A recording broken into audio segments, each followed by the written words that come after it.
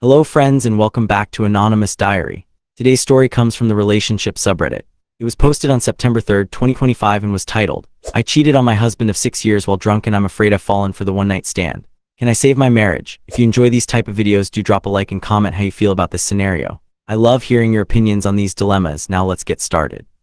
Hi, so me and my husband have been married for 6 years, 2 years after dating.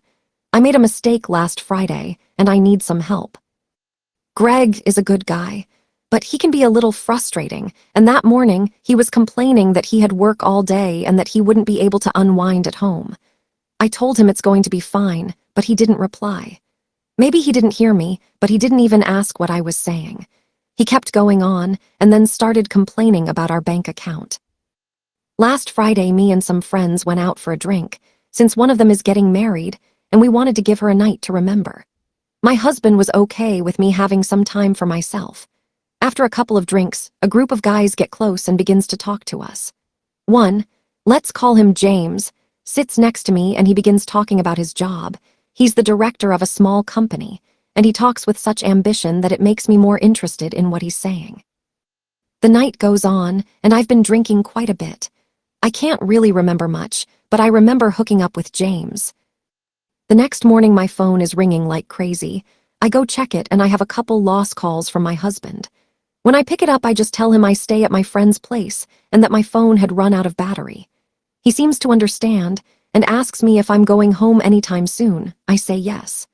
Then James wakes up, and when I ask him about last night, he just said I insisted in not using protection.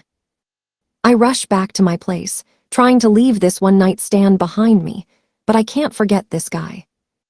Maybe I felt in love with him, the way he talks, and he being a young man that has control over his life.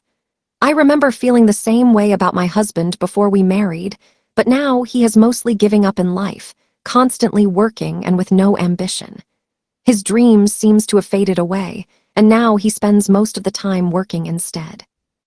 When he arrives home, he ignores me most of the time, and just spends his free time watching sports or playing video games like a child, with eating habits to match. Also, his sexual appetite seems to been the floor. I tell him it's okay if he can't perform and that I don't blame him, and I really don't. I try to be supportive the most I can, but sometimes that gets to me.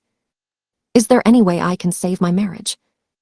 By the way, me and my husband have been married for 6 years, but lately we have been having issues. Cheated on him Friday night while drunk, and now I'm afraid I felt in love with my one-night stand. Anonymous thoughts. Okay, so just from the title alone, this is already hitting different. I cheated on my husband of 6 years while drunk and I'm afraid I've fallen for the one-night stand. Let's just sit with that for a second. 6 years. 6 whole years of marriage, 8 years total if you count the dating, and we are here because of one night and a guy named James who works at a small company and talks about his ambitions like he invented the concept of having goals. And the way she describes James is sending me into orbit. He talks with such ambition. He is a young man that has control over his life.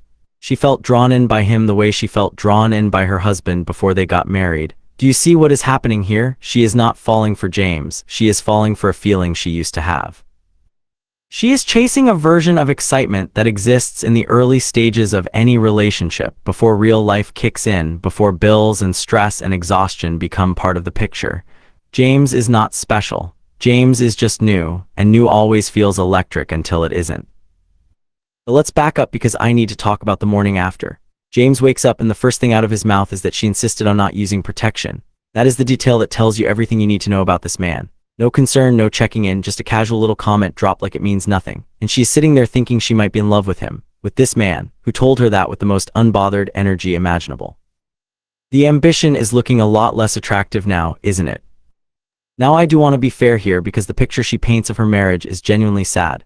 Greg comes home and ignores her. He watches sports, plays video games, eats poorly, and has essentially checked out of the relationship emotionally and physically. She mentions his sexual appetite has dropped significantly and that she tries to be supportive about it, and you can tell she genuinely means that. That part actually made me feel for her. Feeling invisible in your own marriage is a real and painful thing, and I am not dismissing that. But here is where I have to be honest with her. None of that is a justification for what happened. A struggling marriage is a conversation. It is couples therapy. It is sitting your husband down and saying, I feel disconnected from you and I need us to fix this. It is not getting drunk at a bachelorette party and going home with a stranger. The unhappiness in the marriage is real, but the solution she reached for has now made everything infinitely more complicated. And now she is asking if the marriage can be saved while simultaneously admitting she cannot stop thinking about James. That is not someone ready to save a marriage. That is someone standing at a crossroads pretending they are not. You cannot be half in and half out and expect things to rebuild. It does not work that way. The lying the next morning also cannot be overlooked. Husband calling repeatedly, worried, and she tells him her phone died and she stayed at a friend's place. Smooth, calm, believable, which means this was not a panicked mistake, it was a calculated cover-up. And now she is carrying that secret while romanticizing the man she cheated with. My honest take is this. Greg deserves to know, not to blow everything up, but because he is a person who is owed the truth about his own life and his own marriage. And she needs to figure out what she actually wants before she decides what kind of person she is going to be, because right now she is standing in the wreckage of her own making and calling it a love story.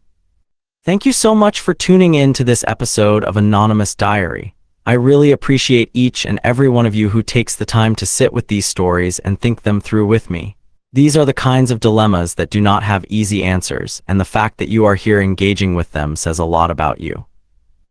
If you made it to the end, please do drop a like because it genuinely helps more than you know, and it lets me know that you are enjoying the content and want to see more of it. And if you are not subscribed yet, what are you doing? Hit that subscribe button so you never miss a new episode, because trust me, the stories only get more interesting from here.